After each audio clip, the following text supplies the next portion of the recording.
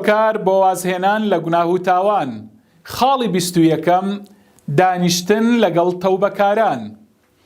برای ڕێزدارم، خوشتی ئازیزم، کەسمان نییە لەم ژیانەدا کە گوناهمان ئەنجام نەدابێت.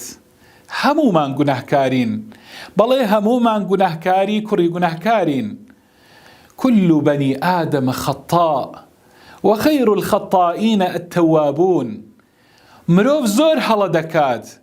خطاء صيغەی مبالغەیە، یعنی كثير الخطأ.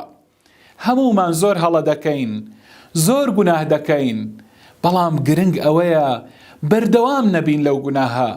گرنگ ئەوەیە شەیطان دەستمان نەگرێت، پەروەردەمان نەکات لەسەر گوناهەکان.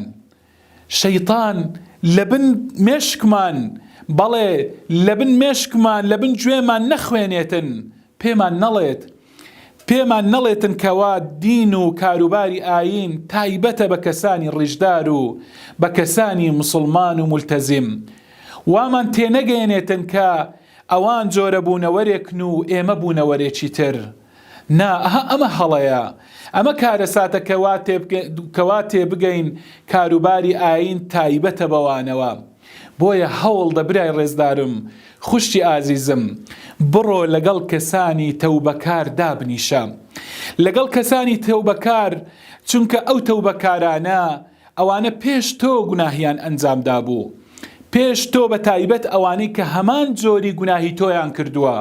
بڕۆ لەگەڵ ئەوانە دابنیشە. ئەوانە پێشەنجی تۆن، چونکە ئەوانە دەزانن کە نیهایەت و کۆتایی ئەم گوناه و تاوانەی تۆ سەرنجامەکەی بەکوێت دەگەینیتن و ڕێگای چۆنیەتی تەوبەکردنیشت پێ دەڵێن.